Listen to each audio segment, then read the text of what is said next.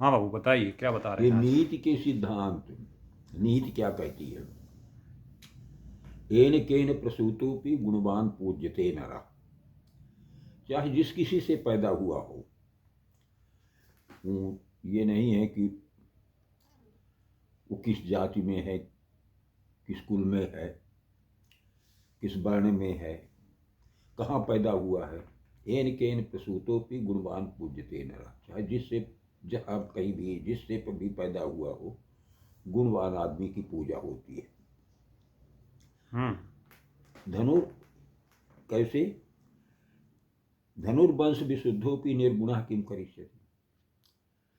यदि अच्छे शुद्ध बांस से धनुष बनाई गई हो और वो गुण रहित हो, गुण माने रस्सी भी होती है, तो यदि गुण रहित है, वो रस्सी नहीं लगी है धनुष में, तो किस काम की? वो कोई काम नहीं कर सकती है, उससे बाण नहीं चलाया जा सकता है। खाली बांस रहेगा, रस्सी नहीं लगी है। इसी हम्म। प्रकार मानव में, हर एक मानव में कुछ न कुछ गुण होना चाहिए, उसी की पूजा होती है। यही देखा गया है आज तक।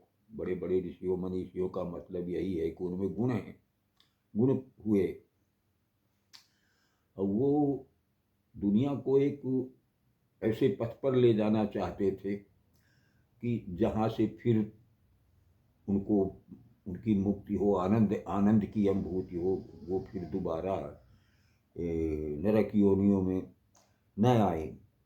क्योंकि ये अधम योनि कहलाती है। स्त्री वैश्यास तथा शूद्रास्ते पियो स्यु पापियोनिया योनया। स्त्री वैश्या तथा शूद्रास, ये भी शिव पाप योनिया, इनको पाप योनिया कहते हैं। स्त्री वैश्य शूद्र। तो अब इनकी जो इन योनियों में है, इनको जो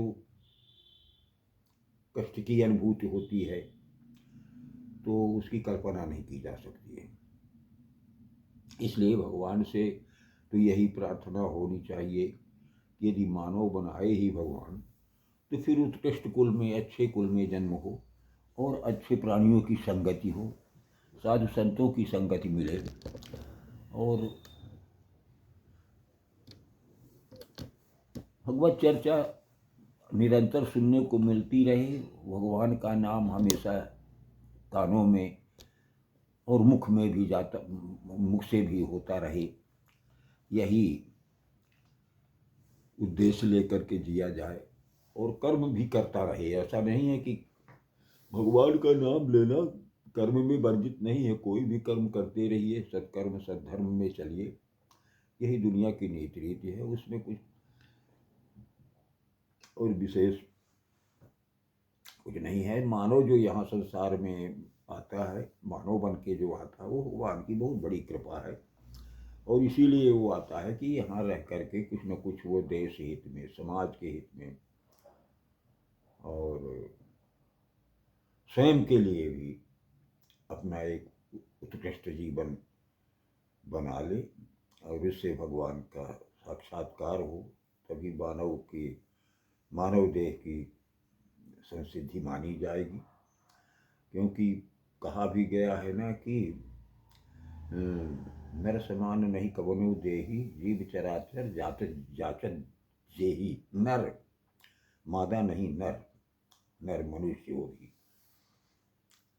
नर समान नहीं कवनो देही, जीव चराचर जाचत जेही। जिसे चराचर, चर बने चलायमान जितने जीव हैं और अचर जो नहीं चलायमान हैं, वो भी ये चाहते हैं कि मानव शरीर मिले। मानव हम्म। शरीर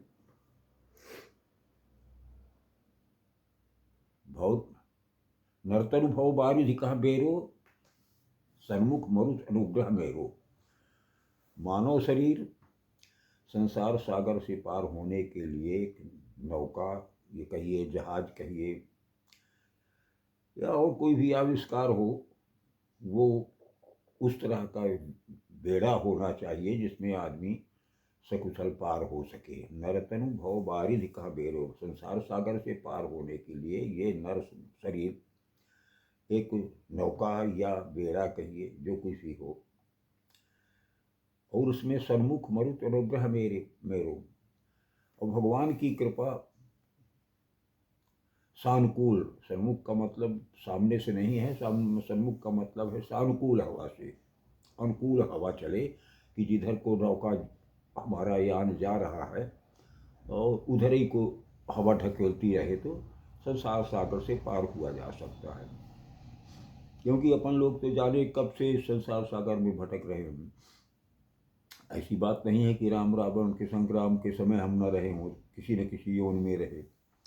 महाभारत के समय भी रहे, यही इसी धरती में रहे। अब किस योनि में रहे ये सब पता नहीं है। जिस भी योनि में रहे हो तो फिर वो, पर वो अब वो सबको मालूम नहीं होता है कि किस योनि में रहे हैं। यही तो विशेषता है यहाँ की, नहीं तो फिर आदमी उकता करके परेशान हो जाए। तो भगवान ने कहा है कि जन्म कर्म च मे दिव्यम एवं यो वेत्ति तत्वतः। जन्म कर्म च मे दिव्यम एवं यो वेत्ति तत्वतः त्यक्त्वा देहम पुनर्जन्म नैति मामेति सोऽर्जुन। भगवान के जन्म कर्म दिव्य हैं। आत्मा तो वास्तव में परमात्मा का ही अंश है। अब जैसे मान लो कि ये शरीर की चेतनता, शरीर में जो चेतनता है तो हमारे सिर से और पैर तक चेतनता है। और पता नहीं कौन ये कितने, वही छोटी सी आत्मा एक चींटी में भी है और वही मानव में है, वही एक बड़े हाथी में है।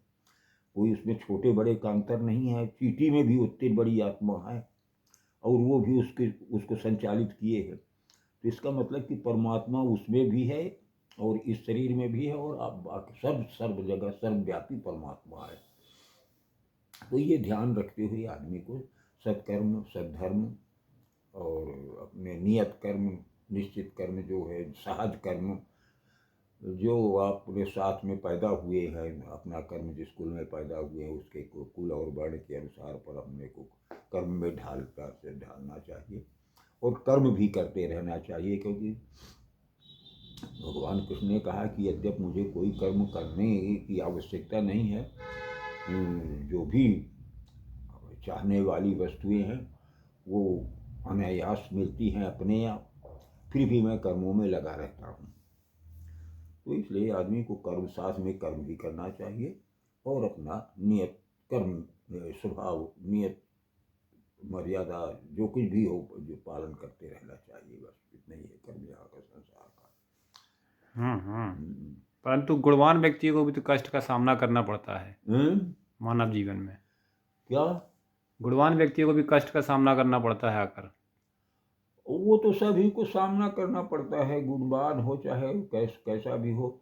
पर एक तो सर्वे समस्या ये है कि ये अनेक जन्म सिद्धि ततो याति पराम गतिम। अनेक जन्म की सिद्धि के बाद में श्रेष्ठ गति प्राप्त होती है। ये भगवान तो स्वयं कहते हैं कि बलम बलवताम चाहम कामराग विवर्जितम, और तेजस्वी नाम हम, तेजस्वियों का तेज मैं हूँ, बलवानों का बल मैं हूँ। जो कुछ भी हूँ सब संसार, जो कुछ भी सृष्टि में दिख रहा है आदि अंत सब मैं ही हूँ।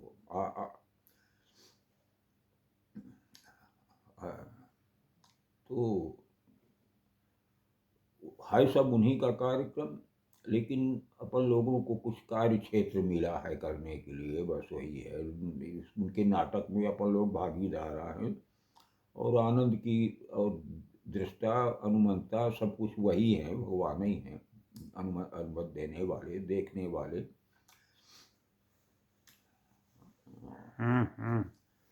और गुणवान व्यक्तियों से भी तो भूल हो सकती है, जैसे युधिष्ठिर से हो गई थी। नहीं तो भूल होती है ना, तभी ना उसका दुष्परिणाम भी तो होता है भूल का। भूल जो कर बैठते हैं, और क्योंकि ये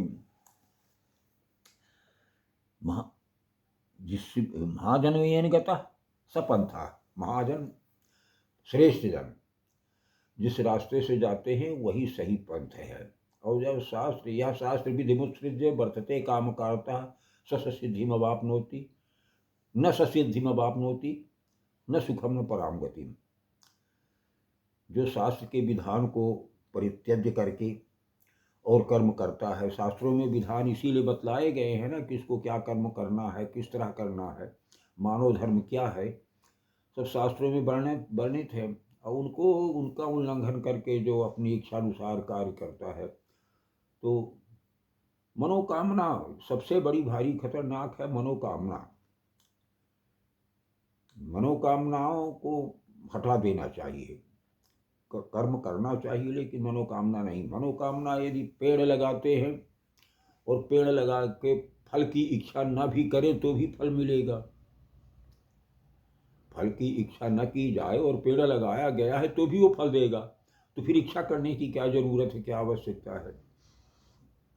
तो इसलिए मनोकामना ही ये सब चक्कर में डालती है। सांसारिक मनोकामनाएं कुछ भी नहीं होनी चाहिए।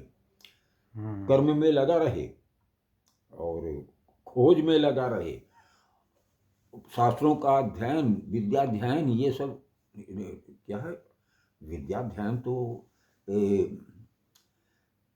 अधरामर्व प्राज्ञो विद्यामर्थम से चिंतित। बुद्धिमान आदमी का तो ये कर्तव्य है कि वो अपने आप को अजर और अमर ऐसा मान करके विद्या रूपी धन का अर्जन करता रहे। और गृहीत केशेषु मृत्युना धर्माचरे, केस मृत्यु केस पकड़ करके घसीट ही रही है, ऐसा सोच करके, ऐसा अपने हृदय में विचार करके कि बिल्कुल समीप ही है मृत्यु, तो धर्मम आचर्य, धर्म का भी आचरण करते रहना चाहिए। धर्मे निधनम श्रेयः पर धर्मो भयावह। तो धर्म क्या है, धर्म के तो अब ये परिभाषा तो बहुत भी बड़ी है। ये सब बातें एकाएक समझ में नहीं आती हैं ना। तो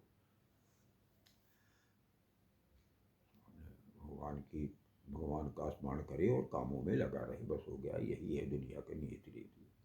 यहाँ के कार्य में सत्कर्म, सद्धर्म, और गलत मार्ग में न जाए। गलत मार्ग तो ऐसे अपने आप गलत कर्म दिख रहे हैं कि हम किसी की हत्या करेंगे, किसी को दुख देंगे। अष्टादश पुराणेषु व्यासस्य वचनद्वयम्, 18 पुराणों में व्यास की खाली सार गर्भित वचन 2 ही हैं। परोपकाराय पुण्याय पापाय परपीडनम, दूसरों को कष्ट देना पाप है और परोपकार करना ही पुण्य है, बस सीधी सी बात है।